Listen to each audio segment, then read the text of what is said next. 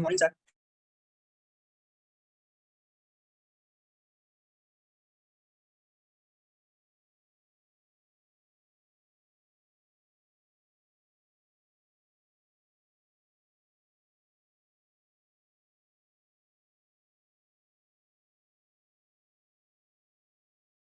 Good morning sir.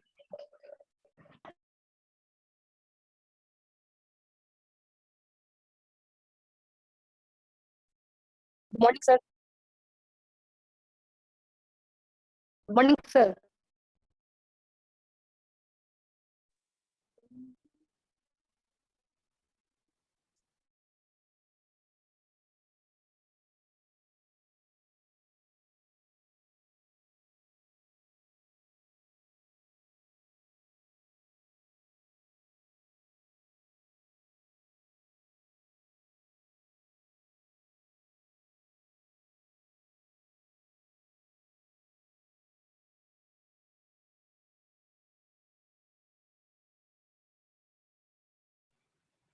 Good morning.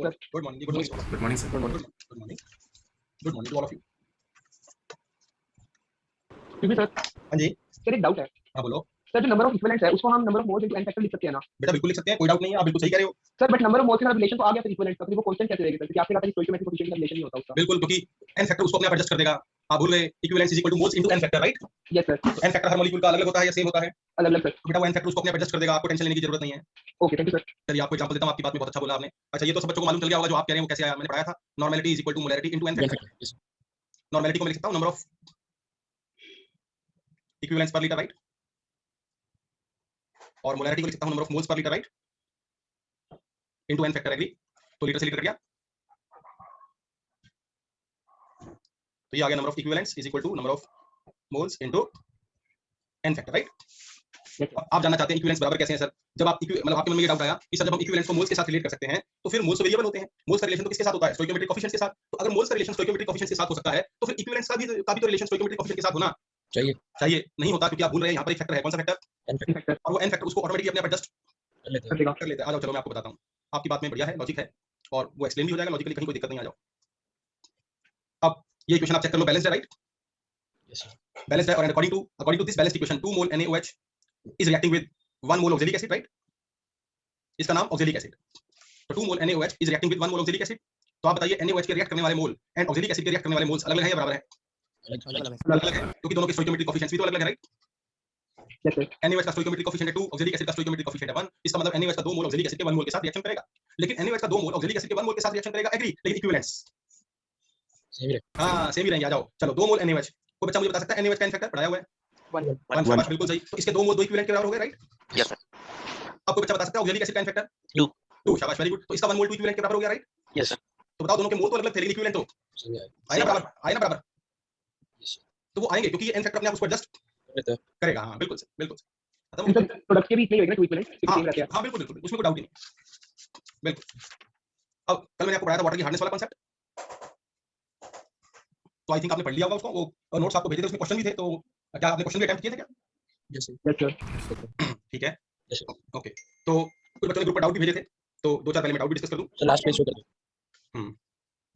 वैसे तो सर्वेश ने काफी सारे डाउट के आंसर दे दिए थे, लेकिन फिर भी चलो कर लेते हैं। एक बच्चे ने ये बोला था कि सर इसमें क्वेश्चन में डाउट है कि एल्यूमिनियम और जिंक का मिक्सचर है 1.67 gram and was completely dissolved in acid, right? और इतने लीटर हाइड्रोजन गैस लिबरेट हो गई एट एनटीपी। तो अगर सर न्यूमेरिकल तो हो गया, लेकिन डाउट ये है कि कौन से एसिड में डिसॉल्व किया गया।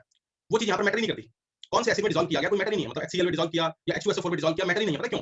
क्योंकि हां जो भी, वेरी गुड, बिल्कुल, क्योंकि जो भी एसिड आपने यूज किया वो एल्यूमिनियम के लिए भी सेम है और जिंक के लिए भी सेम है। अगर HCl के साथ रिएक्शन करवाओगे तो एल्यूमिनियम की भी HCl के साथ करवाओगे, जिंक की भी HCl के साथ करवाओगे। अगर H2SO4 मिलाओगे तो एल्यूमिनियम की रिएक्शन भी H2SO4 के साथ करवाओगे, जिंक की रिएक्शन भी H2SO4 के साथ करवाओगे। क्योंकि मिक्सचर देखो, पढ़ो, मिक्सचर को डिसॉल्व किया गया एसिड में, तो वो मिक्सचर तो एक ही है ना, उसी में एल्यूमिनियम भी है, उसी में ही जिंक भी है और एक ही एसिड में डिसॉल्व किया है। तो जो भी एसिड आपने मिलाया वो दोनों के लिए कॉमन ही तो है। इसलिए इस बात से इस क्वेश्चन में कोई फर्क नहीं पड़ता कि आपने एसिड कौन सा यूज किया। आपने HCl यूज किया या H2SO4 यूज किया, does not matter, because HCl मिलाओगे तो एल्यूमिनियम भी HCl के साथ रिएक्शन करेगा, जिंक भी HCl के साथ रिएक्शन करेगा। H2SO4 मिलाओगे तो H2SO4 भी एल्यूमिनियम के साथ रिएक्शन करेगा और जिंक भी H2SO4 के साथ रिएक्शन करेगा। दैट्स व्हाई कोई फर्क नहीं पड़ता कि आपने यहाँ कौन सा एसिड मिलाया है। आई बात समझ में? Yes, sir. हम कोई भी अपने assumption के हिसाब से एसिड ले सकते हैं ना सर? बिल्कुल ले सकते हैं, इस क्वेश्चन में बिल्कुल ले सकते हैं, क्योंकि यहाँ पर जो एसिड आपने मिलाया है वो एक ही सिंगल मिक्सचर में मिलाया है, राइट? Okay sir. उसके बाद अगला सवाल एक सर H पॉजिटिव आयन लेके भी कर सकते हैं ना? हाँ बेटा, उससे भी कर सकते हैं, क्योंकि अल्टीमेटली एसिड का काम तो H+ देना है, राइट? Okay sir. हम कोई भी में HNO3 तो नहीं ले सकते ना? HNO3 नहीं ले सकते बिकॉज़ वो एसिड कम है, ऑक्सीडाइजिंग एजेंट ज्यादा है। हमने एसिड बोला है भाई, एसिड का मतलब जो H+ दे। HNO3 तो बहुत ही पावरफुल ऑक्सीडाइजिंग हाँ ऑक्सीडाइजिंग एजेंट है, बिल्कुल हमने ऐसे बोला है। अच्छा उसके बाद एक एक डाउट था किसी बच्चे को क्यूप्रिक ऑक्साइड और क्यूप्रस ऑक्साइड वाले में, ये क्वेश्चन का भी अभी सोल्यूशन के ऊपर नहीं डला है, तो एक डाउट था किसी स्टूडेंट को कि 1 ग्राम मिक्सचर है क्यूप्रस ऑक्साइड का, क्यूप्रिक, पहले तो मुझे सब बच्चे बताओ क्यूप्रस ऑक्साइड का फार्मूला क्या होता है? CuO और क्यूप्रिक ऑक्साइड का CO, राइट? और इन दोनों का मिक्सचर कितने ग्राम है? 1 ग्राम, राइट? और कहता है इसको रिड्यूस कर दिया, इस पूरे मिक्सचर को कंप्लीटली रिड्यूस कर दिया completely to 0.839 gram metallic copper, 0.839 gram. तो कहता है बताओ मिक्सचर में कौन क्या है, ये कितने ग्राम और ये कितने ग्राम, मतलब अल्टीमेटली मिक्सचर की क्या निकालनी है? कंपोजिशन। हाँ मिक्सचर की कंपोजिशन कैलकुलेट करनी है कि बताइए 1 ग्राम में कौन कितने ग्राम, राइट? तो इसको मैं बताओ आप अगर आप ये सवाल करोगे तो कैसे करोगे? वैसी जरूरत नहीं इक्विवेलेंट की, तो जरूरत ही नहीं है यहाँ। सर एक्सलेट करके एक का मार्क्स सर एक का एक्सलेट करने दूसरा UAC से हो जाएगा। POC से हो जाएगा, वेरी गुड, बिल्कुल सही, POC लगा लो। और POC नहीं लगाना चाहते तो law of conservation of marks mass लगा लो, एक ही बात है। क्योंकि जरा सोचो, ये बताओ ये जितना भी कॉपर बना ये आया कहाँ से? क्यूप्रस ऑक्साइड से एंड क्यूप्रिक ऑक्साइड से, राइट? चलो अब पहले मैं आपको simple law of conservation of मास से करके दिखाऊं। आप ये तो जानते हैं कि during the course of the reaction mass will remain conserved. Yes sir yes sir अच्छा कॉपर का एटॉमिक मास आपको बता दूं 63.5 होता है, ठीक है? तो एक काम करो, मान लेता हूं मिक्सर में x ग्राम, तो ये कितना हो जाएगा? 1 माइनस x ग्राम, बिल्कुल। अब इसका मोलर मास निकालना जरा क्यूप्रस ऑक्साइड का, ये हो जाएगा 63.5 प्लस 143, राइट? ये सर 140 इसका मोलर मास आ गया 143। इसका मतलब क्या समझे कि 143 gram cuprous oxide contains 127 gram copper, right? Agree? Yes sir तो हमारे पास क्यूप्रस ऑक्साइड कितने ग्राम है? x gram. तो x gram cuprous oxide will contain 127 plus 143 into x gram copper, इतने gram copper present in cuprous oxide, right? अब इसका molar mass निकालो cupric oxide का, तो वो हो जाएगा 63.5 plus 16 79.5 gram, right? Now 79.5 gram cupric oxide contains 63.5 gram copper. तो हमारे पास ये कितना है 1 माइनस x ग्राम, तो 1 minus x gram will contain 63.5 gram upon 79.5 gram into 1 minus x, right? इतना कॉपर जो है ये क्यूप्रस ऑक्साइड में है, इतना कॉपर क्यूप्रिक ऑक्साइड में है, और जितना कॉपर इन दोनों में है वो सारा का सारा कॉपर में कन्वर्ट हो गया, राइट? यस सर इसका मतलब और मास कंजर्व रहेगा। इसका मतलब जितना कॉपर रिएक्टेंट्स में प्रेजेंट था, जितना भी मेटालिक कॉपर रिएक्टेंट्स में प्रेजेंट था, उतना ही metallic copper as a product मुझे जाएगा बन सकता है। हाँ बन सकता है, बिल्कुल। तो जितना मेटालिक कॉपर रिएक्टेंट्स में प्रेजेंट था, जितने भी ग्राम मेटालिक कॉपर रिएक्टेंट्स में प्रेजेंट था, उतने ही gram metallic copper maximum during the course of the reaction बन सकता है, राइट? इसका मतलब जो कॉपर हमें कॉपर की जो मैक्सिमम अमाउंट मिल सकती है कितनी हो सकती है 63.5 अपॉन 79.5 into 1, इतना कॉपर मैक्सिमम हमें मिल सकता है। और वो क्वेश्चन में आपको बता रखा है कितना मिला, हां 0.839। इक्वेट कर दिया तो बताओ कितनी वैल्यूज अननोन बच गई? एक ही वैल्यू अननोन है, सॉल्व कर लोगे कौन सी वैल्यू कैलकुलेट हो जाएगी? x। Yes sir x calculate होती है आपको पता चल जाएगा कि मिक्सर में कौन कितने ग्राम है, राइट? सॉल्व हो गया। इसमें मैंने POC का बिल्कुल भी यूज नहीं किया है, मैंने सिंपल क्या लगाया है law of conservation of mass कि जितना कॉपर रिएक्टेंट्स में है, जितने ग्राम कॉपर रिएक्टेंट्स में प्रेजेंट है, उतने ही gram copper maximum as a product बन सकता है, राइट? अब कोई स्टूडेंट कैसे मैं इसी क्वेश्चन को आप POC से कन्वर्ट कर लो, कोई दिक्कत नहीं है। इन दोनों में जितना कॉपर है उसको आपने कॉपर में कन्वर्ट कर दिया, राइट? और ये टोटल मिक्सर 1 ग्राम है, तो मान लो 1 ग्राम में ये x ग्राम है, तो ये 1 माइनस x ग्राम हो जाएगा, राइट? अब मैं लगा दूं POC फॉर कॉपर। अब मुझे बताओ क्यूप्रस ऑक्साइड में जितना भी कॉपर डिसअपीयर होगा, मुझे बताओ अगर क्यूप्रस ऑक्साइड के जितने भी मोल रिएक्ट करेंगे, क्यूप्रस ऑक्साइड के जितने भी मोल अपने आप को म्यूट करोगे, आवाज आ रही है पीछे बैकग्राउंड में। हाँ जी, तो क्यूप्रस ऑक्साइड के जितने भी मोल डिसअपीयर होंगे, बताइए तो कॉपर के कितने डिसअपीयर होंगे? क्यूप्रस ऑक्साइड के जितने मोल डिसअपीयर होंगे, कॉपर के कितने होंगे? Double 2 into moles of cuprous oxide reacted, right? Plus ये बताओ क्यूप्रिक ऑक्साइड के जितने मोल डिसअपीयर होंगे, कॉपर के कितने होंगे? उतने ही नहीं 1 तो नहीं, उतने ही रिएक्टेड। और इधर कॉपर जितना बनेगा सो बनेगा, राइट? और याद रखना मैं आपको क्या बोला था कि POC एटम्स के बारे में सोचना है, क्यूप्रस ऑक्साइड के बारे में नहीं सोचना। क्यूप्रस ऑक्साइड के थ्रू डिसअपीयर होने वाले कॉपर एटम्स के बारे में सोचना है। अब ये POC का फार्मूला बन गया, अब आ जाओ 2 into moles of cuprous oxide. और आप जानते हैं मोल्स कैसे निकलते हैं? Given mass in grams upon molar mass आ जाओ, तो इसके मोल्स निकालो। x ग्राम लिखा हुआ है यहाँ पर, देखो मास आपने अज्यूम कर लिया x ग्राम, राइट? और इसका मोलर मास आया था 143 क्यूप्रस ऑक्साइड का, याद कीजिए। प्लस इसके कितने ग्राम 1 माइनस x ग्राम अपॉन इसका मोलर मास आया था 79.5 is equal two moles of copper. ये क्वेश्चन लिखा हुआ है कितना बना 0.39, तो 839 ग्राम अपॉन 63.5, राइट? बस सॉल्व हो गया, एक लाइन में सॉल्व हो गया। और मुझे बताओ एक ही तो वैल्यू अननोन है अगेन, कौन सी? x। बस खत्म बात। जैसे ही आप x निकालोगे तो आपको पता चल जाएगा मिक्सर में कौन कितने ग्राम है, राइट? यस सर सॉल्व हो गया, खत्म। तो लॉ ऑफ कंजर्वेशन ऑफ मास से भी कर सकते हो, POC से भी कर सकते हो। अब अगला सवाल करके दिखाओ। अगला क्वेश्चन। सर न्यूट्रलाइजेशन रिएक्शन में थोड़ा डाउट है सर। बोलो बेटा, क्या डाउट है बोलो। सर कि एक इक्विवेलेंट एसिड का होता है वो हमेशा एक इक्विवेलेंट बेस पे न्यूट्रलाइज करेगा। हाँ जी बिल्कुल, इक्विवेलेंट बराबर होते हैं, सोचने की जरूरत नहीं है। सर हर केस में मतलब यही है बस। हाँ उसका आप उसको रिएक्शन के टाइप के साथ रिलेट क्यों करें? मतलब न्यूट्रलाइजेशन रिएक्शन है या कोई और रिएक्शन है, डजंट मैटर। इक्विवेलेंट्स हमेशा बराबर होते हैं और उन इक्विवेलेंट्स को बराबर करने की जिम्मेदारी किसकी है? हमारी नहीं हमारी। n फैक्टर अपने आप उसको एडजस्ट कर देगा, ये बात समझ में? Okay sir. हाँ वो n फैक्टर अपने आप एडजस्ट करता है, आपको टेंशन लेने की जरूरत नहीं है। n factor is not a fixed term, it is a variable term. Variable term, तो वो वेरिएबल टर्म अपने आप इक्विवेलेंस को बराबर करती है, एडजस्ट करती है, बस समझ में? Yes sir. अब ये क्वेश्चन करके दिखाओ।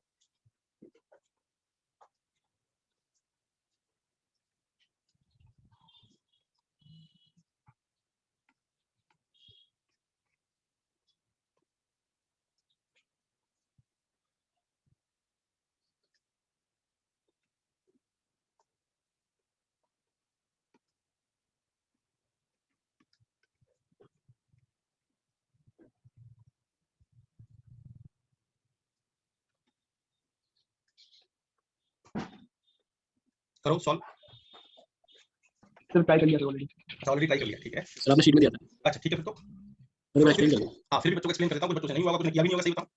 300 ppm। हाँ बिल्कुल, ये तो आप जानते ही हो, मैंने कल आपसे कहा था कि क्वेश्चन में कुछ भी नहीं लिखा तो अंडरस्टूड है वो, वैसे तो मैंने इस क्वेश्चन में लिख दिया है, लेकिन फिर भी आपको खुद को ही पता होना चाहिए कि हमको हार्डनेस को हमेशा एक्सप्रेस करना होता है इन टर्म्स ऑफ पीपीएम ऑफ ये कैल्शियम कार्बोनेट। Calcium carbonate. वो रेफरेंस है, वो रेफरेंस क्वेश्चन में यहाँ लिखा हुआ है, नहीं भी लिखा होता तो भी अंडरस्टूड था कि हमको हार्डनेस कैलकुलेट करनी है इन terms of ppm of calcium carbonate, right? Yes sir. यहाँ पर देखो कैल्शियम सल्फेट की वजह से हार्डनेस होगी, मैग्नीशियम क्लोराइड की वजह से हार्डनेस होगी, और कैल्शियम सल्फेट की टर्म्स में कितना हार्डनेस है ये क्वेश्चन में गिवन है, और मैग्नीशियम क्लोराइड की टर्म्स में कितना हार्डनेस है ये क्वेश्चन में गिवन है। लेकिन प्रॉब्लम ये है कि हम हार्डनेस को कैल्शियम सल्फेट की टर्म्स में या मैग्नीशियम क्लोराइड की टर्म्स में एक्सप्रेस नहीं कर सकते, हमें इस हार्डनेस को एक्सप्रेस करना होगा इन terms of calcium carbonate, right? तो उसके लिए हमें कैल्शियम सल्फेट के पीपीएम को कैल्शियम कार्बोनेट के पीपीएम में कन्वर्ट करना पड़ेगा, और वो कन्वर्जन करने के लिए मैंने आपको फार्मूला बताया था W1/E1 = W2/E2। अब कैल्शियम सल्फेट जरा आप देख लो, क्वेश्चन में गिवन है 136 मिलीग्राम, और वो 136 मिलीग्राम कितने लीटर में पढ़ो? हाँ, तो ये हो गया 136 मिलीग्राम पर लीटर, और कल मैंने आपको कहा था डायरेक्ट याद रखना, मिलीग्राम पर लीटर को ही क्या बोलते हैं? ppm। हाँ, ये शॉर्टकट में बातें याद रखा करो, इससे क्वेश्चन करने की स्पीड बढ़ जाती है। नहीं तो बच्चे क्या करेंगे, मिलीग्राम निकालेंगे, फिर ग्राम निकालेंगे, फिर कैल्शियम कार्बोनेट के ग्राम निकालेंगे, फिर कैल्शियम कार्बोनेट के ग्राम को फिर पीपीएम में कन्वर्ट करेंगे, तो क्वेश्चन तो हो जाएगा लेकिन बहुत लेंदी हो जाएगा। लंबा हो जाएगा, लंबा। तो इट इज बेटर कि हम शॉर्टकट में याद रख लें कि मिलीग्राम पर लीटर ही क्या कहलाता है? ppm। पीपीएम। तो ये हो गया। अब कैल्शियम सल्फेट का ग्राम इक्विवेलेंट मास निकालो, तो इसका मास हो जाएगा 130 कितना हो जाएगा, 96 + 40 136/2, right? Yes sir. Yes time factor 2 है, right? Upon W = W2 E2, ये तो आपको मालूम है E2 कितना होगा 50। Yes sir. तो ये कैलकुलेट करेंगे तो ये आ जाएगा 100 ppm, राइट? तो ये हमने कैल्शियम सल्फेट के पीपीएम को कन्वर्ट कर लिया कैल्शियम कार्बोनेट की टर्म्स में, राइट? अब सिमिलरली हम मैग्नीशियम क्लोराइड के पीपीएम को कन्वर्ट करेंगे, इन terms of ppm of calcium carbonate. बिल्कुल। आओ फिर दोबारा दूसरी बार फिर सेम फार्मूला दोबारा लगाओ, और अब की बार हमें मैग्नीशियम क्लोराइड के पीपीएम को कन्वर्ट करना है इन terms of ppm of calcium carbonate. तो इसका W1 दे रखा है 190 मिलीग्राम पर लीटर, तो ये अपने को दे रखा है 190 मिलीग्राम पर लीटर, मतलब 190 ppm, और इसका ग्राम इक्विवेलेंट मास हो जाएगा 71 और mg का 24 95/2। तो W2 = इसका हो जाएगा 50, तो कैल्शियम कार्बोनेट का W आ जाएगा 200 ppm, राइट? 200 yes sir. अब ये आ गया 200 ppm, वो आ गया 100 ppm, तो टोटल हार्डनेस कितनी आ गई फिर? 300 ppm। हां, तो टोटल समझ हार्डनेस आता है। ऑब्वियसली यार, टोटल हार्डनेस का मतलब क्या है कि जो आपने कन्वर्जन की है उसके अकॉर्डिंगली कैल्शियम कार्बोनेट कितने ppm निकला, खत्म हो गई बात। तो 300 ppm आंसर है। तो अल्टीमेटली कहने का मतलब यही है कि क्वेश्चन में कुछ लिखा है या नहीं लिखा है वो इंपॉर्टेंट नहीं है, आपको खुद को ही पता होना चाहिए कि we have to express the hardness in terms of ppm of calcium carbonate. Calcium carbonate. बिल्कुल सर, बिल्कुल सर। अब अगला सवाल सर स्लाइड को पीछे कीजिए। दिखा देते हैं जी। राइट, अब इतनी शीटें मैंने आपको दी, कोई और स्टूडेंट उस शीट में से कुछ डिस्कशन करना चाहे तो कर सकता है, इससे पहले कि मैं इस चैप्टर को आगे कंटिन्यू करूं। ये क्योंकि एक्चुअली क्या है, मैंने आपको बताया था ये चैप्टर दो हिस्सों में बटा हुआ है। पहले चैप्टर का पहले पार्ट का नाम था some basic concepts of chemistry, और दूसरा जो चैप्टर का नाम है वो है, इसका सेकंड पार्ट वो है स्टोइकोमेट्री एंड रिडॉक्स रिएक्शन। बिल्कुल सही। तो ये हमारा फर्स्ट पार्ट कंप्लीट हो गया, ये फर्स्ट पार्ट कंप्लीट हो गया। इसके बाद सेकंड पार्ट कंटिन्यू करना है, तो इससे पहले मैं सेकंड पार्ट कंटिन्यू करूं, आपको मैंने जो शीट्स दी हैं उसमें अगर आपको कोई डाउट हो तो आप पूछ सकते हैं। अच्छा एक बात और बताता हूं, आपने some basic concepts of chemistry का पैकेज पढ़ा? Yes sir. Yes sir. तो पैकेज में ऐसा कुछ लिखा होगा, अगर आप पढ़ेंगे तो molarity versus molarity, right? Yes sir. और इन दोनों के बीच ऐसा कुछ रिलेशन लिखा होगा m1 1000 d minus yes sir. m ऐसा कुछ लिखा होगा, राइट? Yes sir. अब बच्चे इस फार्मूले को रट्टा मार, actually this is the relation between molarity and molarity. Molarity. बिल्कुल। अब क्या बच्चे इसको याद कर लेते हैं? भाई याद नहीं करना, ये पैकेज में लिखा हुआ है, इसका डेरिवेशन आप खुद भी कर सकते हो। हाँ सकते हो, क्योंकि आपको मोलैरिटी की फंडामेंटल डेफिनेशंस में ऑलरेडी पढ़ा चुका हूं। चुका हूं। हाँ, तो हर चीज याद नहीं करनी होती, आपको जो पढ़ाया जाता है वो इस तरीके से पढ़ाया जाता है कि आप खुद भी कुछ कर सकें। सब कुछ आप सोचे कि मैं याद कर लूंगा या हर चीज टीचर ही बताएगा तो ही मैं कामयाब हो पाऊंगा, ऐसा नहीं है। थोड़ा बहुत आप दिमाग लगाएंगे, तभी तो मैंने बोला कि बॉडी में कामनेस होना जरूरी है। अगर ठंडे दिमाग से बैठकर घर पे शांति से सोचेंगे ना, तो हर प्रॉब्लम का कुछ ना कुछ तो सॉल्यूशन है। हबड़ादबड़ी करने से, जल्दबाजी करने से, इंपेशेंट होने से काम नहीं होगा, शांति से बैठकर सोचिए। तो आप बताइए, जब आपने पैकेज पढ़ा होगा और ये फार्मूला आपके सामने आया होगा, तो were you surprised, were you shocked? Were you shocked? Yes sir. तो क्या आपने इसको खुद ड्राइव करने की कोशिश की कि आया कैसे? No sir. नहीं, करना। चलो एक बार मैं करके दिखाता हूं, और ऐसे बहुत सारे रिलेशन लिखे होंगे, तो दैट डज नॉट मीन कि आप इन रिलेशंस को रट्टा मारें। न्यूमेरिकल करने के लिए तो देखो, न्यूमेरिकल हम करके आए हैं अभी मोलैरिटी के, उसके लिए तो इन रिलेशंस की कोई जरूरत थी नहीं थी, वो तो हमारी जनरल नॉर्मल थिंकिंग से ही हो जाएंगे।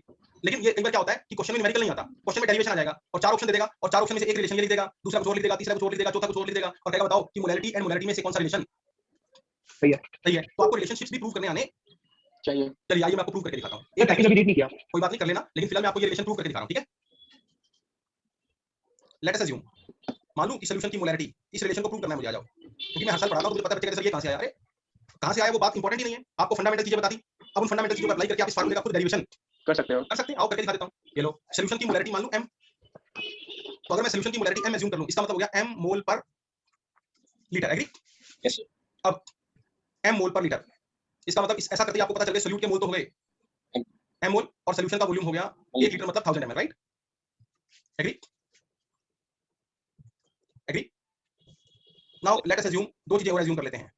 कैसे ये सब वहां पर न्यूमेरिकल में गिवन होगा, क्वेश्चन में गिवन होगा कि कौन सी चीज को अज्यूम करना है। Now let us assume density of solution is d ग्राम पर ml and molar mass of solute is m1। हां m1 ग्राम पर मोल, राइट? तो फिर आगे चलते हैं, आ जाओ। तो सॉल्यूशन का वॉल्यूम आपको गिवन है, पता ही है। सॉल्यूशन की डेंसिटी आपने अज्यूम कर ली, तो अगर मैं सॉल्यूशन के वॉल्यूम को सॉल्यूशन की डेंसिटी से मल्टीप्लाई कर दूं, सॉल्यूशन का मास आ जाएगा।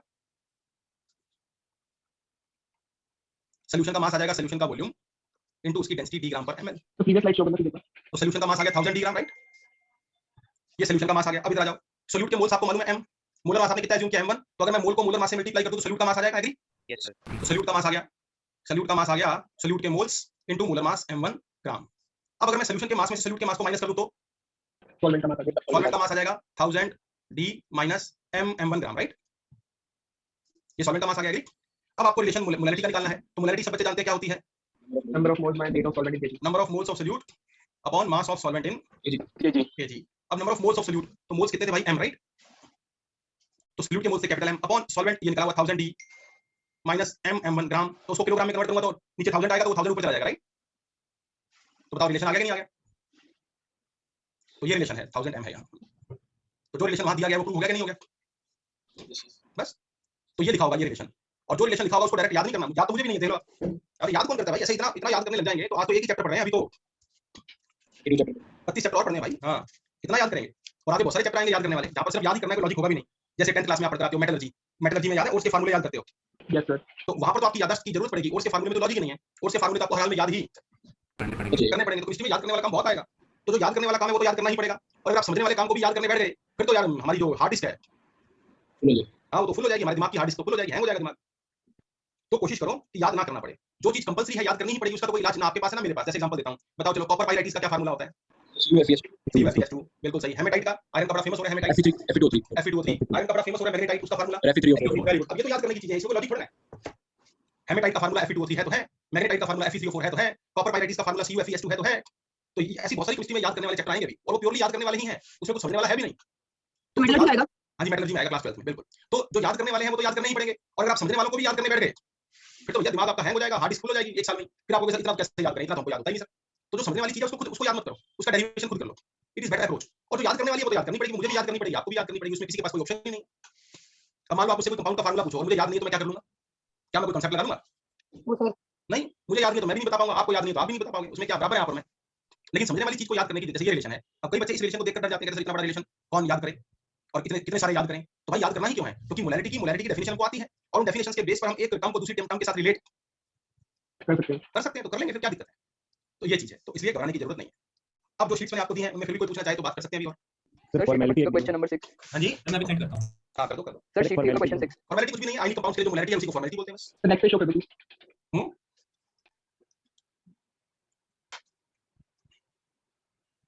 सर इन वस्ती से डाउट है। बुक तो आप अभी कोई सॉल्व मत करो, क्योंकि बुक में जो क्वेश्चन है वो मिक्स्ड है, आप इस तरीके से सॉल्व नहीं कर पाओगे। क्वेश्चन शेयर कर दो, अगर वो जितना पढ़ाया है उसके बेस पर हो सकता है तो मैं कर दूंगा, अदरवाइज नहीं। ठीक है सर आपने क्वेश्चन आ रहा है। हाँ जी, सर आपने क्वेश्चन नहीं करना। हाँ ठीक है, कर देते सॉल्व। जो भी आपका डाउट है ग्रुप पे डाल दीजिए, अगर वो जितना पढ़ाया गया उसके बेस पर होगा तो डेफिनेटली कर दूंगा। क्योंकि अभी आपको पता तो चलता, आपको तो नहीं पता चलेगा कि वो क्वेश्चन एक कांसेप्ट के ऊपर बेस्ड है या मल्टी। और कई बार क्वेश्चन आपको मैं बता दूं, ये बताओ जो भी बुक का आपने नाम लिया उस बुक के ऊपर लिखा हुआ है only for class 11। No sir. बस फिर आप गलती कर रहे हैं। हो सकता है क्लास 11 के क्वेश्चन में किसी क्लास 12 का कांसेप्ट, यूट्यूब। हाँ वो आपको नहीं पता चलेगा। आपके लिए तो क्वेश्चन आप सोचोगे अरे ये तो मोल कांसेप्ट मोल वाले चैप्टर में डाल रखा है तो मैं कर ही लूंगा। गलतफहमी है भाई, केमिस्ट्री में हर चैप्टर दूसरे चैप्टर से रिलेटेड है। तो अभी आप सिर्फ वही क्वेश्चन कर पाओगे जो प्योरली इसी चैप्टर के बेस पर solve. Sir law chemical combination वाला पार्ट भी करना है। वो भी करेंगे, लॉ ऑफ पढ़ाएंगे उसके बाद करेंगे ना। सर तो हाँ जी, लॉ ऑफ रेसिप्रोकल प्रपोर्शन एक बार बता दीजिए। अरे वो तो मैं पढ़ाऊंगा तब बताऊंगा ना, तो पैकेज में स्टार्टिंग में गिवन है। वो उनकी मर्जी भाई। मेरे पढ़ाने का सीक्वेंस जरूरी तो नहीं मैच करे सबसे। किस चैप्टर में है सर? कोई इसी चैप्टर में है जहां मेरा मन करेगा वहां पढ़ा दूंगा। Okay sir. जो पढ़ाया उसके अंदर रहिए, उससे बाद में मैं पढ़ाऊंगा तब बात करना। अब इधर आ जाओ, कहता है NO2 और N2O4 का ये मिक्सचर है और उसकी वेपर डेंसिटी देखिए मिक्सचर की 38.3। तो कहता है 100 ग्राम मिक्सचर में कितने मोल होंगे, ठीक है। तो आपको कैलकुलेट करना है number of moles of NO2। क्या हम वेपर डेंसिटी का कांसेप्ट पढ़ चुके हैं? Yes sir. Yes sir. ठीक है, फिर आ जाओ, खत्म होगी बात। अगर मिक्सचर की वेपर डेंसिटी आपको दे रखी है 38.3, तो बताओ मिक्सचर का मोलर मास कितना हो गया? 76.6। बिल्कुल सही बात है, डबल राइट। Yes sir. पढ़ाया था मोलर मास वेपर डेंसिटी का ट्वाइस होता है। तो number of moles of mixture आ गया। क्वेश्चन पढ़ो, मिक्सचर कितने ग्राम दे रखा है? 100 ग्राम। 100 ग्राम अपॉन मोलर मास 76.6, तो इतने मोल मिक्सचर आ गया हमारे पास, राइट। मिक्सचर के मोल पता लग गए, एग्री। Yes sir. अब आ जाओ आगे। अब ये मिक्सचर का मोलर मास 76.6 और आप जानते हैं, आपको ये कांसेप्ट भी पढ़ा रहा हूं कि मिक्सचर का मोलर मास उसके सारे कंपोनेंट्स के मोलर मास का नहीं, सब नहीं है, बोला आपने एवरेज। हाँ, तो मिक्सचर का जो मोलर मास है वो उसके सारे कंपोनेंट्स के मोलर मास का एवरेज है। तो निकालो एवरेज। तो मिक्सचर का molar mass is equal to NO2 का मोलर मास इनटू NO2 की मोल फ्रैक्शन प्लस N2O4 का मोलर मास, क्योंकि आप देख पा रहे हैं इस मिक्सचर में दो कंपोनेंट है, एक NO2 और दूसरा N2O4। तो मिक्सचर का जो भी मोलर मास होगा वो उसके सारे कंपोनेंट्स के, इनफैक्ट दोनों कंपोनेंट्स के मोलर मास का एवरेज होगा। तो फार्मूला बन गया मिक्सचर का molar mass is equal to NO2 का मोलर मास इनटू NO2 की मोल फ्रैक्शन प्लस N2O4 का मोलर मास इनटू N2O4 की मोल फ्रैक्शन। अब मिक्सचर का मोलर मास 76.6, NO2 का मोलर मास हो जाएगा 32 और 46 इनटू NO2 की मोल फ्रैक्शन प्लस N2O4 का हो जाएगा 64 + 28 92 इनटू N2O4 की मोल फ्रैक्शन। अब आपको सर ये तो क्वेश्चन सॉल्व नहीं होगा, ये इसी क्वेश्चन में दो वेरिएबल आ गए, एक NO2 की मोल फ्रैक्शन, दूसरा N2O4 की मोल फ्रैक्शन। ये क्वेश्चन सॉल्व नहीं होगा। गलत बात आप जानते हैं कि दोनों की मोल फ्रैक्शंस का sum is always equal to 1। तो N2O4 की मोल फ्रैक्शन को मैं 1 - x NO2 लिख सकता हूं, राइट। Yes sir. क्योंकि आप जानते हैं मोल फ्रैक्शंस का सम तो किसी भी मिक्सचर में जितने भी कंपोनेंट्स होते हैं, यू नो दैट, पढ़ा चुका हूं, किसी भी मिक्सचर में जितने भी कंपोनेंट्स होते हैं उन सब की मोल फ्रैक्शंस का सम इज इक्वल टू 1। तो अब बताओ इस इक्वेशन में क्या दो वैल्यूज अननोन है, एक ही है? एक ही है, और वो आ गई NO2 की मोल फ्रैक्शन। जरा निकाल के देखो कितनी आएगी, मुझे बताओ। इसी सर एवरेज मोलर मास वाले कांसेप्ट से भी कर सकते हैं ना। वही किया बेटा, उसी से किया, वही कांसेप्ट है ये, उसी से किया ये। आप इसको अलग क्यों समझ रहे हैं? फर्क इतना कि पहले मैं न्यूमेरिकल सॉल्व करता था, आज मैंने उसी को रिलेशन बनाकर लिख दिया, बस समझ में। Okay sir. हां, उससे फर्क क्या, काम तो वही किया मैंने। तो ये NO2 की मोल फ्रैक्शन आ गई, कितनी आ गई? ये आ जाएगी 46x 92x, नहीं मैं बचेगा -46x, वही हो जाएगा 76.6 - 92 अपॉन 46। ये आ गई 0.335, राइट। ये NO2 की क्या आ गई? Mole fraction. Mole fraction. अभी आंसर नहीं आया। अब हाँ, गलती कर रहे हैं आप, पढ़ो। हमें मोल फ्रैक्शन नहीं निकालनी, हमें तो मिक्सचर में NO2 के मोल चाहिए। हाँ, और मिक्सचर के मोल हमको पता है, तो आ जाओ। अब मोल फ्रैक्शन आ गई 0.335, तो क्या मोल फ्रैक्शन का मतलब आपको मालूम है कि टोटल मोल अगर एक है तो उसमें NO2 के 0.0 हाँ, एक मोल मिक्सचर अगर हमारे पास होता तो उसमें NO2 के 0.335 मोल होते, क्योंकि उसकी मोल फ्रैक्शन इतनी है, राइट। तो अगर हमारे पास मिक्सचर एक मोल होता तो उसमें NO2 के इतने मोल होते। आप बताओ क्या हमारे पास क्वेश्चन में मिक्सचर एक मोल है? नो सर, नहीं, हमारे पास तो हाँ एक मोल से ज्यादा है। हमारे पास तो मिक्सचर एक मोल से ज्यादा है। कितना है? 100 अपॉन, सर 1 मोल से कम है। क्या बात कर दी? 1 मोल से ज्यादा मिक्सचर, क्या बात? ज्यादा है, यस सर, ज्यादा है। कितना है? 100 अपॉन 76.6, आई बात समझ में? Yes sir. तो इसको कैलकुलेट कर लो, तो ये मिक्सचर के मोल आ जाएंगे 1.305 मोल। तो अगर मिक्सचर हमारे पास एक मोल होता तो उसमें इतने मोल होते, और हमारे पास एक्चुअली मिक्सचर कितना है? इतने मोल, तो उसमें NO2 कितना हो जाएगा? मल्टीप्लाई कर दो, तो ये हो जाएगा 0.437 मोल, राइट। आगे आंसर के नहीं? Yes sir. सॉल्व हो गया। तो क्वेश्चन जरूर अच्छा है, लेकिन कांसेप्ट ऐसा कुछ भी नहीं है जो आपको मैंने अनटॉट है। बता चुका हूं, तीन कांसेप्ट लग रहे हैं इसमें, दो कांसेप्ट सॉरी, कि वेपर डेंसिटी का ट्वाइस करोगे तो मोलर मास आएगा, और दूसरा ये कांसेप्ट लग रहा है कि मिक्सचर का मोलर मास उसके सारे कंपोनेंट्स के मोलर मास का एवरेज होता है। बस दो कांसेप्ट लगाओ, गेम ओवर, खत्म क्वेश्चन। ये टॉपिक कंप्लीट हो गया। हां जी, ये लास्ट है। सर जो आपने डेरिवेशन का यूज कर एक बार पूछो कर दो। ये लीजिए।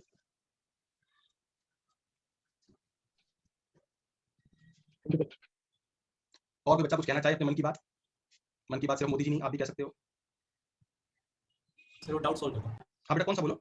सर ग्रुप पे डालते हैं। ये K2CO3 वाला? Yes sir. ठीक है, पढ़ो सवाल को, पढ़ लो पहले अच्छे से। पहले तो सवाल को अच्छे से पढ़ने की आदत डालो। ये 10th क्लास की तरह नहीं जल्दी जल्दी काम करना है, नहीं, आराम से पढ़ो। तो पीओएस हो जाएगा। हाँ शाबाश, बहुत बढ़िया आर्यन, बहुत बढ़िया। आपने जो मैं सुनना चाहता था आपने कह दिया। क्योंकि पता है, और पीओसी किस पर लगाओगे, पढ़ के बताओ। कार्बन पर। कार्बन पर, क्योंकि लिखा हुआ है कि कार्बन पूरी तरह कन्वर्ट हो गया, राइट। Yes sir. तो ये देखो क्वेश्चन को पढ़ो, कहता है K2CO3 में बहुत सारे रिएजेंट्स मिलाए गए।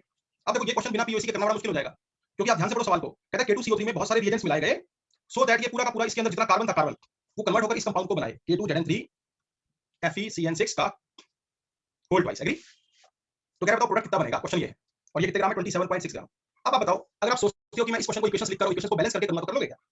No sir. नहीं, क्योंकि क्वेश्चन में कौन-कौन से रिएजेंट्स मिलाए गए उसका तो नाम कहीं ये नहीं है। हाँ लिखा ही नहीं। आपको तो बस ये बताया गया कि K2CO3 को इसमें कन्वर्ट किया गया बहुत सारे रिएजेंट्स मिलाकर, लेकिन कौन-कौन से रिएजेंट्स मिलाए गए क्या ये बताया गया सवाल में? No sir. नो, तो आप इक्वेशन कैसे लिख लोगे अपनी मर्जी से, और इक्वेशन को बैलेंस कैसे कर लोगे? इसका मतलब कुछ और तरीका होगा इस सवाल को सॉल्व करने का। देखिए सवाल बना है तो अगर क्वेश्चन बना है तो उसका सॉल्यूशन भी तो कहीं ना कहीं होगा ही होगा। बिना सॉल्यूशन के कोई क्वेश्चन होता नहीं भाई। तो अब और साथ में हिंट दे रखा है कि इस K2CO3 में जितना भी कार्बन था वो सारा का सारा इस कंपाउंड में आ गया, राइट। Yes sir. इसका मतलब कार्बन एटम के मोल क्या रहे? कंजर्व। हाँ, इसका मतलब मैं POC4 कार्बन लगा सकता हूं, राइट। अब ये बताओ, यहाँ जो कार्बन है वो K2CO3 की फॉर्म में डिसअपीयर हो रहा है, और यहाँ जो कार्बन है वो इस प्रोडक्ट की फॉर्म में अपीयर हो रहा है, राइट। तो मुझे बताइए यहाँ पर जो कार्बन एटम है कितने मोल डिसअपीयर होगा? जितने मोल K2CO3 के होंगे, राइट? तो जितना मोल K2CO3 रिएक्ट करेगा उतने ही मोल कार्बन एटम डिसअपीयर होगा, राइट? यस सर, और यहाँ जितने मोल ये प्रोडक्ट बनेगा, जितने भी मोल ये प्रोडक्ट बनेगा, कार्बन एटम उसके 12 टाइम्स बनेंगे, राइट? क्योंकि देखो 6 × 2, 6 के बाद ट्वाइस है, तो कार्बन एटम 12 मोल हो गए, राइट? यस सर, इसका मतलब जितना ये प्रोडक्ट बनेगा उसके 12 टाइम्स 12 टाइम्स कार्बन एटम बनेंगे, कार्बन एटम के मोल बनेंगे, और जितने मोल रिएक्ट किए कार्बन एटम के, और कार्बन एटम के जितने मोल बने वो बराबर रहेंगे, क्योंकि मैंने आपको बताया था कि टोटल मोल्स कंजर्व रहें या ना रहें, each and every individual atom के मोल्स हमेशा कंजर्व रहते हैं। तो ये हो जाएगा moles of K2 Zn3 Fe CN6 का ट्वाइस फॉर्म। बन गया रिलेशन?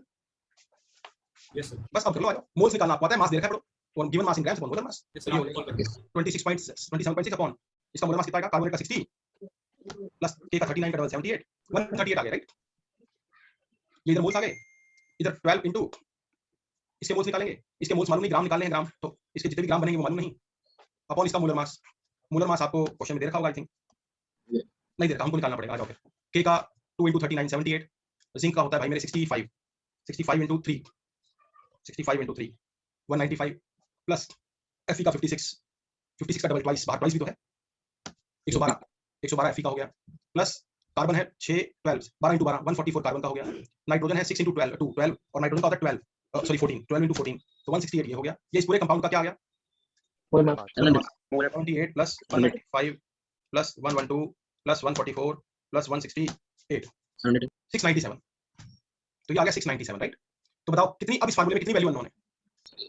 1 बस निकालो, वही पूछा है, मास इन ग्राम्स कि कितना प्रोडक्ट बनेगा, निकालो, जितना आएगा आंसर आ जाएगा, राइट? बिल्कुल खत्म बात, डन, ठीक है। इसके ऊपर भी भेजे सर क्वेश्चन। हाँ जी, सर इसके ऊपर भी भेजे, वो वाला हो गया। कोई बात नहीं, बता देते हैं। प्लांट वायरस वाला नहीं सर, उसके ऊपर उसके ऊपर what would be the molarity of A solution mixing equal volume, ठीक है? 30% वेट डेंसिटी दे रखी है, 70% वेट ऑफ डेंसिटी दे रखी है, ठीक है? अब इस सवाल को देख लो भाई, जो डेटा देखा पहले वो लिख लेते हैं। H2SO4 का सॉल्यूशन है और H2SO4 के सॉल्यूशन को H2SO4 के सॉल्यूशन के साथ मिक्स किया गया है, और पहले वाला सॉल्यूशन 30% W/W है और उसकी डेंसिटी है 1.218, दूसरे वाला 70% W/W है और उसकी डेंसिटी है 1.610 ग्राम पर ml, और दोनों के इक्वल वॉल्यूम को मिक्स किया है, ठीक है?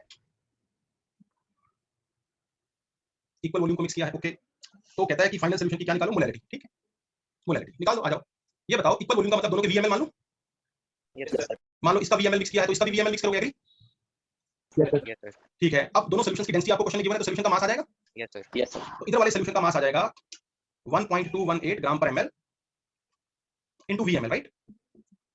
तो ये हो जाएगा 1.218 ग्राम, एग्री? Yes sir. इधर वाले सॉल्यूशन का मास आ जाएगा, हाँ जी, So V together. V 1.18 V gram. हाँ V ग्राम, हाँ V ग्राम सभी तो साथ में है, तो 1.218 V ग्राम, बिल्कुल। और ये बन जाएगा 1.610 V ग्राम, राइट? Yes sir. अब आ जाओ, दोनों सॉल्यूशंस की मास परसेंटेज भी देखिए आपको, एग्री? 30% W/W का मतलब जानते हैं आप, 100 ग्राम सॉल्यूशन में 30 gram solute, agree? Yes sir. Yes sir. तो 100 ग्राम सॉल्यूशन में 30 ग्राम सॉल्यूट, लेकिन आपने सॉल्यूशन 100 ग्राम तो मिलाया ही नहीं, ध्यान से पढ़ो। आपने तो सॉल्यूशन कितने ग्राम मिलाया है? 1.218 ग्राम, राइट? हाँ, तो 100 ग्राम तो मिलाया नहीं ना आपने, तो 100 ग्राम में 30 ग्राम है, लेकिन आपने मिलाया है 1.218 ग्राम, राइट? तो इतना सॉल्यूशन अगर आप मिलाओगे तो कितना सॉल्यूट चला गया? Answer multiply, right? इसको कैलकुलेट कभी कर लेंगे, 5 मिनट हो जाओ। फिर इधर आ जाओ, यहाँ क्या लिखा हुआ है? 70% W/W, इसका मतलब 70 ग्राम, 100 ग्राम सॉल्यूशन मिलाओगे तो 70 ग्राम सॉल्यूट जाएगा, राइट? तो अगर ये सॉल्यूशन 100 ग्राम मिलाते हैं तो ये 100 ग्राम सॉल्यूशन 70 ग्राम सॉल्यूट देता, राइट? लेकिन आपने ये सॉल्यूशन 100 ग्राम तो मिलाया नहीं, आपने कितना मिलाया है? आपने मिलाया है 1.610 V ग्राम सॉल्यूशन, तो उससे सॉल्यूट कितना आएगा? आंसर है 70/100 इनटू 1.610 V ग्राम, राइट? तो दोनों तरफ से सॉल्यूट का मास निकल गया, राइट? तो ये बन गया, काटाकाटी कर दो भैया, 0.3 तो 1.218 इनटू 0.3, ये हो गया 0.3654 V ग्राम सॉल्यूट, और इधर है 0.7 into 1.610 1.127 gram solute, sorry 1.127 V gram solute, agree? Yes sir. Yes sir. अब आपने दोनों को कर दिया मिक्स, तो मिक्स करने के बाद नेट अमाउंट सॉल्यूट की क्या होगी? सॉल्यूट की नेट अमाउंट फाइनल सॉल्यूशन में वो होगी दोनों का सम, इन दोनों का सम कर दो तो सॉल्यूट की नेट अमाउंट आ गई 1.4924 V ग्राम, राइट? और सॉल्यूशन का जो नेट मास है, फाइनल मास, दोनों सॉल्यूशंस को मिक्स करोगे तो ये आ जाएगा इतना, कितना हो जाएगा? 1.218 प्लस 1.610, तो ये हो गया 2.828 V ग्राम, राइट? एग्री? तो अगर मैं इस सॉल्यूशन के नेट मास में से सॉल्यूट के नेट मास को, तो ये सारी कैलकुलेशन कहां चल रही है मालूम है आपको? आफ्टर मिक्सिंग, हाँ। तो अगर मैं सॉल्यूशन के नेट मास में से सॉल्यूट का नेट मास माइनस कर दूं तो सॉल्वेंट का नेट मास आ जाएगा, एग्री? Yes sir. तो ये आ जाएगा 1.3356 V ग्राम। अब आपको सॉल्यूशन की मोलैरिटी निकालने को बोला गया है, फाइनल सॉल्यूशन की। तो फाइनल सॉल्यूशन की मोलैरिटी में आ जाओ, तो फाइनल सॉल्यूशन के मोल कितने हैं, फाइनल सॉल्यूशन में सोल्यूट के मोल कितने हैं, 1.4924 वी ग्राम अपॉन मोलर मास 90, बिल्कुल सही बिल्कुल सही। और सॉल्वेंट का नेट मास आ चुका है 1.3356 वी ग्राम, और ग्राम को किलोग्राम में कन्वर्ट करना, ग्राम को किलोग्राम में कन्वर्ट करना पड़ेगा, तो ऊपर 1000 भी आ जाएगा, राइट। यस सर, और वी से भी तो कट ही गया, राइट। सॉल्व कर लो, फाइनल सॉल्यूशन की मोलैरिटी आ गई कि नहीं आ गई, यस सर, बस खत्म खत्म, आ गई थी। तरीका सही होगा तो गलत होने का मतलब नहीं। चलिए अब आगे सर थोड़ा लेंदी चाहिए क्वेश्चन, तो बेटा आईआईटी में कोई सवाल हर सवाल छोटा नहीं आता, हर सवाल लेंदी नहीं होता। हाँ मिक्स होता है पेपर। आप हमेशा थोड़ी मेच्योरिटी दिखाइए, आपको आदत क्या है कि समय मुश्किल से मुश्किल सवाल करूं। ऐसा कभी होता है कि पेपर में 10 सवाल आए, 10 के 10 मुश्किल आए? नो सर, हर टाइप नहीं, पेपर हमेशा बैलेंस होता है, याद रखो कि एक सवाल अगर आपके 5 मिनट कंज्यूम करेगा तो दूसरा हो सकता है 1 मिनट में हो जाए। और ये लेंदी क्यों मैं आपको बता दूं, क्योंकि ये सवाल तब का सवाल है जब आईआईटी ऑब्जेक्टिव नहीं हुआ करती थी, जब आईआईटी हाँ सब्जेक्टिव हुआ करती थी। आपको मैं बता दूं एक्चुअली ना, आप तो आज की आईआईटी देख रहे हैं, आईआईटी आज से थोड़ा चल रही है। आईआईटी को चलते हुए 45 साल हो गए मेरे भैया। और आपको क्या लगता है जो आईआईटी के पेपर का आज पैटर्न है वही पैटर्न आज से 40 साल पहले भी था, 20 साल पहले भी था? नहीं, आज आईआईटी में पेपर आता है वो ऑब्जेक्टिव होता है, और पहले जो पेपर आता था वो और आपको बता दूं, आपको जानकर हैरानी होगी, आज तो नंबर ऑफ क्वेश्चंस बढ़ गए हैं, क्योंकि ऑब्जेक्टिव क्वेश्चन करना रिलेटिवली आसान होता है। हाँ, जिस दिन जब आईआईटी सब्जेक्टिव हुआ करती थी ना, तो आपको बताऊं सिर्फ 10 क्वेश्चन आते थे केमिस्ट्री में, ओनली 10 केमिस्ट्री के, 10 फिजिक्स के और 10 मैथ्स के, और 30 सवाल होते थे पूरे पेपर में बस। और वो 30 सवाल सॉल्व करने होते थे कितने घंटे में? 3 घंटे में। आपको लगेगा सर क्या बात करते हो, 30 सवाल तो कर ही लेंगे सर, क्या मजाक की बात है। तो ये वो जो 10 सवाल केमिस्ट्री के आते थे ना, वो 10 के 10 इतने ही लेंदी होती थी। हाँ लंबे लंबे होते थे, लंबे बहुत लंबे। लेकिन अब पैटर्न बदल चुका है, अब सवाल लंबे नहीं आते, अब सवाल का नंबर बढ़ चुका है। अब 10 की जगह सवाल आते हैं 20, तो 20 आ गए फिजिक्स के, 20 आ गए केमिस्ट्री के और 20 आ गए मैथ्स के। तो पहले बच्चों को 30 सवाल करने होते थे, अब 60 करने पड़ते हैं। तो ऑब्वियस बात है उतने लेंदी तो कोई बनाएगा नहीं, और अगर बनाएगा भी तो 20 में से 2 बना देगा, 3 बना देगा, बाकी 15-17 सवाल तो उसको क्या बनाने पड़ेंगे? स्मॉल। हाँ स्मॉल, ताकि टाइम मैनेजमेंट हो जाए। ऐसा कभी नहीं होता कि पेपर अनबैलेंस बने कि सारे सवाल लेंदी आ गए, वो तभी पॉसिबल है जब क्वेश्चन का नंबर कम हो। और आजकल क्वेश्चन का नंबर कम नहीं है, क्वेश्चन का नंबर ज्यादा है, तो पैटर्न बदल गया। तो हम तो खैर पैटर्न पे नहीं जाते, क्योंकि हमारा मकसद आपको पैटर्न सिखाना नहीं है, हमारा मकसद आपको प्रॉपर कांसेप्ट सिखाना है। तो ये क्वेश्चन लंबा है या छोटा है दैट डज नॉट मैटर, ये बताइए इस क्वेश्चन से कांसेप्ट सीखने को मिला कि नहीं? यस सर, बस यही पर्पस है अपना, यही ये पर्पस क्वेश्चन है, नोट किया ग्रुप में। यही अपना पर्पस है। बीपी का वैल्यू ले सकते थे, कुछ भी ले लो बेटा, अज्यूम कुछ भी अज्यूम कर लो, बराबर अज्यूम करना है। सर हम इसको m+m/2 से भी कर सकते हैं। हाँ कर सकते थे, वो आपकी किस्मत अच्छी थी, लेकिन तरीके से करो ज्यादा बेटर है। प्रीवियस पेज दिखा दो। और ये तो आपने लास्ट में भेजा है, how many walls of the? Sir वो भी करा दो लास्ट में जो सेंड करा। ये तो कर दिया किसी बच्चे ने ग्रुप पर। सर एक्चुअली थोड़ा सा क्लियर नहीं हुआ, मुझे कुछ पूछना था उसमें। अच्छा ठीक है, फिर उसके ऊपर वाला ऊपर वाला मैंने क्लास में करवाया हुआ आपको। सर इसमें डायरेक्ट रिएक्शन लिख के करना है जिंक सल्फर आयरन। इसमें तो रिएक्शन लिख सकते हैं, खुद ही लिख लेंगे zinc Fe+ sulphur. Okay sir. अच्छा लास्ट सवाल करता हूं, मेटल का हाइड्रेटेड सल्फेट, ठीक है? तो क्वेश्चन पढ़ लो, मेटल के हाइड्रेटेड सल्फेट में मेटल का परसेंटेज गिवन है, सल्फेट का परसेंटेज गिवन है। मेटल का कितना है 8.1 और इसका 43.2, तो क्या इन दोनों का सम 100 बन रहा है? No sir. तो फिर बाकी बचा कौन है? Sir water. वेरी गुड, बिल्कुल वाटर, करेक्ट आंसर। कितना है जरा बताओ? 8.1 प्लस 43.2 माइनस 100, ये आ गया 48.7, राइट? एग्री? Yes sir. अब क्या कहता है कि फार्मूला बताओ, ठीक है? तो क्या पता, इंपीरियल फार्मूला निकालो भाई। 8.1 ग्राम, तो इसका मोलर मास क्या आपको क्वेश्चन में मेटल का मोलर मास पता है? No sir. नहीं पता तो डुलांग पेटिट लॉ से निकाल ले। Yes sir. क्या उसके लिए आपको क्वेश्चन में स्पेसिफिक हीट गिवन है? Yes yes sir. सर। और आप जानते हैं डुलांग पेटिट लॉ क्या कहता है कि किसी मेटल का जो एटॉमिक मास है, हां मोलर मास है, atomic mass, specific heat equals to 6.4। बिल्कुल, और स्पेसिफिक हीट कैलोरी पर ग्राम में ही गिवन है, राइट? Yes sir. तो रख दो एज इट इज बिना किसी टेंशन के, ये मेटल का एटॉमिक मास आ गया, राइट? सर अप्रोक्सीमेट आएगा ना ये तो? तो उससे क्या फर्क पड़ जाएगा? फार्मूला प्रूव करना है ना, ऑटोमेटिकली प्रूव हो जाएगा। कितना आ जाएगा? ऑलमोस्ट 26.6। 26.6, ठीक है। तो 26 क्योंकि आपने अल्टीमेटली तो रेशो निकालना है ना, तो रेशो में तो अल्टीमेटली राउंडिंग ऑफ हो ही जाती है ना। Yes sir. लगता है आपने इंपीरियल फार्मूला जब पढ़ाया था तब आपने ध्यान दिया नहीं। आपको ध्यान है जब मैं डिवाइड करके मोल्स निकालता था तो एक्जेक्टली 2.5 नहीं आते थे, 2.49 इस तरीके से, तो इसको हम राउंड ऑफ करके 2.5 रख लेते, राइट? Yes sir. तो फर्क क्या पड़ता है? अप्रोक्सीमेटली आ गया, तो जो रेशो आना है वो आपको आइडिया लग जाएगा ना। Yes sir. बस फिर तो 43.2 सल्फेट का कितना होता है वो जानते हैं, 96, और वाटर का होता है 18, राइट? तो ये बन गया मोल्स आ गए भैया। तो ये मोल्स आ गए 0.304, ये 43.2 अपॉन 16 सॉरी अपॉन 96, ये 0.45, और ये 48.7 अपॉन 18 2.7। तो रिलेटिव मोल्स निकालो, रेशो निकालो। मोल्स का रेशो निकालेंगे तो 0.3 ले लो, इसको 0.3 अपॉन 0.3 स्मॉलेस्ट वैल्यू से डिवाइड कर दो। ये 0.45 अपॉन 0.3 1.5, ये 2.7 अपॉन 0.39। तो ये रेशो आ गया, लेकिन क्या ये रेशो सिंपलेस्ट होल नंबर है? तो होल नंबर में कन्वर्ट कर लो, मल्टीप्लाई कर दो 2 से, तो 2 रेशो 3 रेशो 18। तो फार्मूला बन गया, मेटल का सिंबल M ले लूं, M। Yes yes sir. Formula बन गया M2SO4 का whole thrice dot 18H2, right? Sir इसमें जैसे आयन है जो SO4 नेगेटिव, उसको नेगलेक्ट कर देते हैं फिर। आयन का क्या है? फार्मूला निकालना है भाई, उससे आपको एम्पिरिकल फार्मूला निकालना है, बात खत्म। आयन कंपोनेंट्स का एम्पिरिकल फार्मूला क्या है कि मॉलिक्यूल में जितने भी कंपोनेंट्स हैं उन कंपोनेंट्स के मोल्स का सिंपल होल नंबर। बस रेशो, बात खत्म। चाहे वो सल्फेट आयन हो, चाहे वो वाटर हो, जरूरी नहीं कि एटम ही हो। ओके सर, ये डॉक्टर। अच्छा एक बात और बताओ, चलो वैसे ही पूछ लेता हूं, कोई इस मेटल को वैसे पहचान सकता है कौन सी मेटल है ये? Sir aluminium. हां एल्यूमिनियम, क्योंकि आप गेस करो, गेस इंटेलिजेंट गेस करो मेटल का। हां एक तो वैलेंसी 3 होती है, वेरी गुड। दूसरा चेक करो मेटल का एटॉमिक मास कितना आया? 27 होता है उसका। हां 26.6 which is very close to 27, right? Yes sir. और 27 आप जानते हैं, राउंड ऑफ कर सकते थे इसको। 27 आप जानते हैं एक ही मेटल का एटॉमिक मास है, किसका? एल्यूमिनियम। एल्यूमिनियम। बिल्कुल सॉल्व हो गया, खत्म। तो सर हम इसी स्टेज पे इसको राउंड ऑफ कर सकते थे जब नहीं नहीं, आगे कर लेंगे ना, आगे कहीं रेशो निकालना है। जब रेशो निकल गया सिंपल तरीके से राउंड ऑफ पहले क्यों करना? अगर राउंड ऑफ करना भी होगा तो फिर हम यहां पर करेंगे ना राउंड ऑफ, बाद में करेंगे। बाद में कर लेंगे ना। अगर जरूरत पड़ेगी तो, वैसे इस क्वेश्चन में कोई जरूरत थी नहीं पड़ी, तो ये राउंड ऑफ करना है या नहीं करना, कॉमन सेंस है, उसमें कोई रूल नहीं है, कोई फिक्स रूल नहीं है कि कब राउंड ऑफ करना है और कब राउंड ऑफ नहीं करना। वो कॉमन सेंस है कि अगर आपको पता लग रहा है कि आंसर जब आ मैंने सोल्व करा जब मैंने सोल्व करा तो इस लॉ से मैंने 26.6 तो मास निकाल लिया। फिर उसके बाद मैंने इसी स्टेज पे इसको राउंड ऑफ करा नियरली इक्वल टू 27 और फिर एल्युमिनियम सल्फेट का फार्मूला बना दिया। वो कोई बात नहीं, कर दिया, कोई बुराई थोड़ा है, मैं ये थोड़ा कह रहा हूं कि आपने किया तो गलत किया, लेकिन मैं कह रहा हूं जरूरत क्या है। Okay sir. अब आ जाओ लॉज ऑफ केमिकल कॉम्बिनेशन। तो कई लॉज तो बातों में हम डिस्कस कर चुके हैं और कई लॉज ऐसे हैं जो आप जानते हैं, तो उनके बारे में तो सर, बोलना ही इस टॉपिक से चैप्टर का सेकंड पार्ट स्टार्ट हो रहा है। नहीं जी, नहीं, अभी फर्स्ट पार्ट ही शुरू हो रहा है, लेकिन ये जो लॉज है ये पढ़ा देता हूं, इनका कोई ज्यादा मतलब सवाल नहीं आते हैं। क्या सवाल है, क्या बनेगा आप बताओ। बहुत इजी करते हैं। आज तक तो आया नहीं, आईटी में 45 साल हो गए, क्योंकि सवाल बनने के लिए टॉपिक में तो दम होना चाहिए। अब आपको क्या लगता है, आईटी आपसे पूछेगा कि 90 ग्राम ग्लूकोज में कितने मोल, ये सवाल पूछेगा आपसे आईटी में?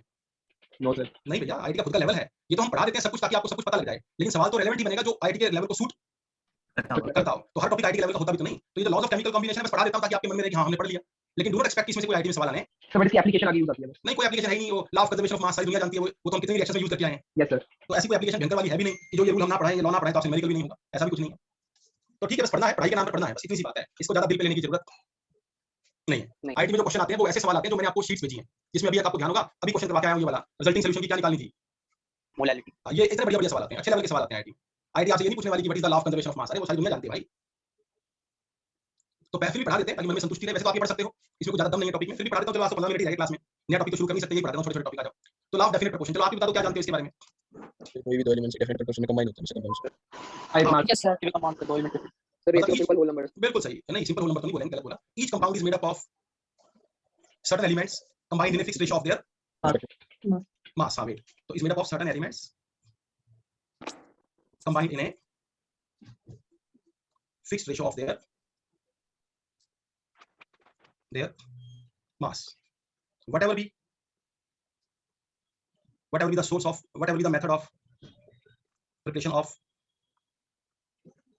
that, उस कंपाउंड को बनाने का मेथड क्या है उससे फर्क नहीं पड़ता। वो जो भी कंपाउंड आप नाम ले, like for example water is a compound and it is made up of two type of elements, hydrogen and oxygen. तो जब भी हाइड्रोजन ऑक्सीजन आपस में रिएक्शन करके वाटर बनाएंगे तो उनके मास का रेशो फिक्स है। इसमें आप देखते हैं H2O में हाइड्रोजन कितनी है 2 ग्राम, रेशो ऑक्सीजन कितनी है 16 ग्राम, तो उनके मास का रेशो क्या आ गया रेशियो 8। 1:8। तो ये रेशो फिक्स रहेगा, इस बात से कोई फर्क नहीं पड़ता कि आपने पानी कैसे बनाया। आप गंगा जल लेकर आओ, कुएं का पानी लेकर आओ, अमेरिका से लेकर आओ, बिस्लेरी लेकर आओ, किनले लेकर आओ, एक्वाफिना लेकर आओ, 1000 रुपए का पानी लेकर आओ, वाटर वर्क्स का पानी लेकर आओ, हैंडपंप का पानी लेकर आओ, समंदर का पानी लेकर आओ, पानी जब आपके मुंह से शब्द निकलेगा पानी, तो उसमें हाइड्रोजन के ऑक्सीजन के मास का रेशो फिक्स ही रहने वाला है। कितना 1:8। इस बात से कोई फर्क नहीं पड़ता कि वो पानी रेन वाटर है, बारिश का पानी है, या आपने लेबोरेटरी में बनाया, या आप बिस्लेरी लेकर आए, या गंगा जल लेकर आए, या समंदर का पानी लेकर आए, वो पानी कहां से आया, कैसे आप लेकर आए, आपने वो पानी कैसे बनाया, कोई फर्क नहीं पड़ता। अगर आपके मुंह से शब्द निकलेगा पानी, तो उस कंपाउंड में एलिमेंट्स के वेट का रेशो बिल्कुल 1/2। 1/8 फिक्स होगा वो, राइट। तो पर्टिकुलर कंपाउंड की मास कंपोजिशन हमेशा क्या रहने वाली है, फिक्स्ड। बस खत्म। क्या लॉ है, कोई बच्चों वाला लॉ है, और इसको मैं ऐसे भी लिख सकता हूं, चेक कर लॉ ऑफ कांस्टेंट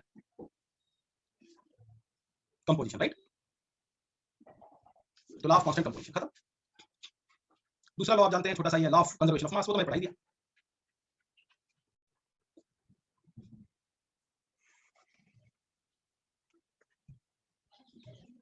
सर, जैसे D2O होता है वैसे ही ट्रिटियम भी बनाता है ऑक्सीजन के साथ वाटर। बनाता है, लेकिन ट्रिटियम खुद ही बड़ा नेचर में लेस अबंडेंट है। तो सब स्पेसिफिक नेम होता है, जैसे D2 का हार्ड वाटर होता है। हैवी वाटर होता है D2 का, हार्ड वाटर नहीं, हैवी वाटर।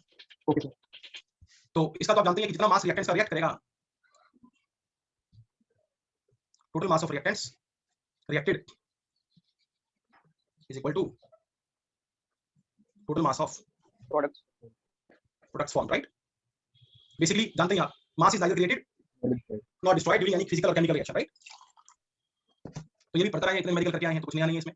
तीसरा लॉ आ जाओ, लॉ ऑफ मल्टीपल प्रोपोर्शन। तो इनको रीड कर लेना, मतलब इन टॉपिक्स को दिल पे लेने की जरूरत नहीं है, रीड कर लेना। लॉ ऑफ मल्टीपल प्रोपोर्शन में आ जाओ, इसमें क्या है, क्या कहता है वो सुन लो। व्हेन टू एलिमेंट्स, अच्छा एक बात बताओ, क्या ऐसा हो सकता है कि दो एलिमेंट मिलकर बहुत सारे कंपाउंड बनाएं? यस सर, हाँ बिल्कुल, हाइड्रोजन ऑक्सीजन मिलकर वाटर बनाते हैं, और हाइड्रोजन ऑक्सीजन मिलकर हाइड्रोजन पेरोक्साइड भी बनाते हैं, कार्बन प्लस ऑक्सीजन मिलकर कार्बन मोनोऑक्साइड बनाते हैं, कार्बन प्लस ऑक्सीजन मिलकर कार्बन डाइऑक्साइड भी बनाते हैं, right. Yes sir, yes sir. तो ये लॉ तब है, तो पूरा पढ़ो, when two elements combine to form two or more than two compounds,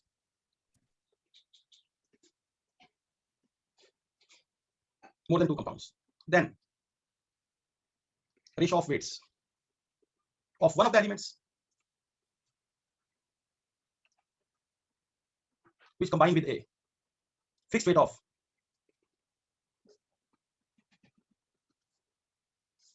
other element तो दो एलिमेंट मिलकर बहुत सारे कंपाउंड बनाते हैं, right?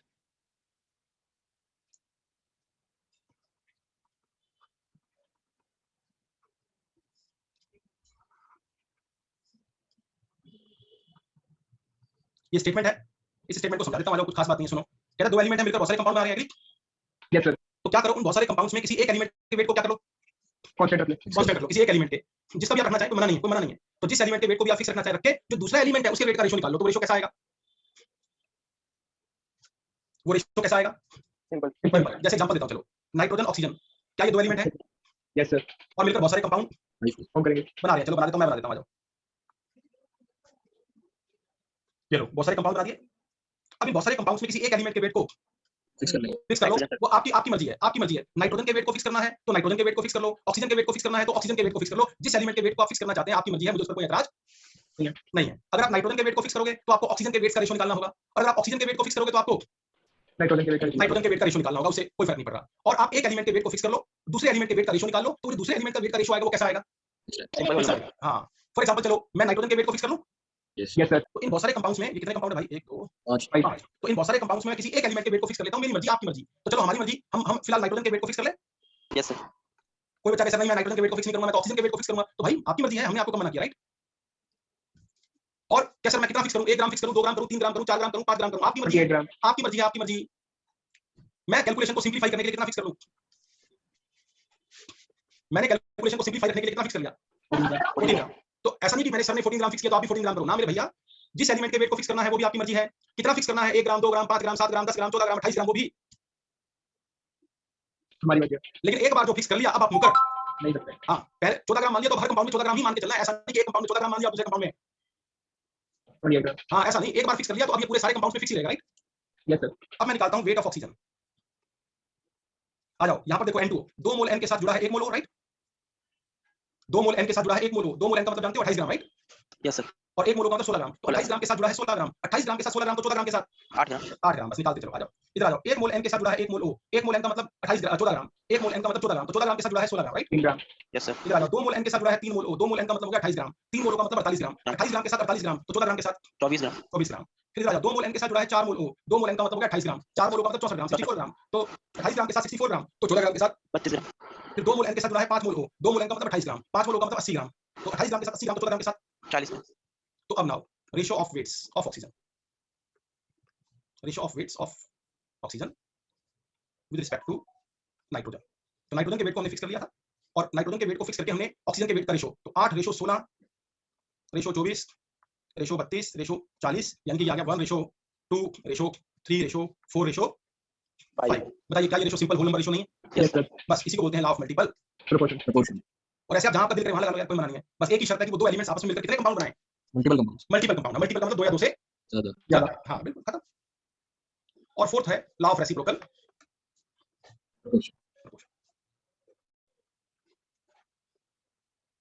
Law of reciprocal proportion, ये हम कल पढ़ेंगे। आपका काम है पहले इस लॉ को सेल्फ स्टडी करके आना, ठीक है? और इस लॉ को पढ़ने के बाद कल हम नया टॉपिक शुरू करेंगे, इसी चैप्टर का second part, which is known as stoichiometry and reduction. बिल्कुल। तो इतना पढ़ लेंगे और लॉ ऑफ रेसिप्रोकल प्रोपोर्शन पढ़ते रहना, बाकी बातें आपसे कल करेंगे। Till then bye to all of you. Thank you sir. Okay thank you sir. Okay, thank you sir. बिल्कुल वेलकम। ये लीजिए 17 16 और 15। Yes, sir. Thank you. चलिए ठीक है, कल मिलते हैं। Bye to all of you.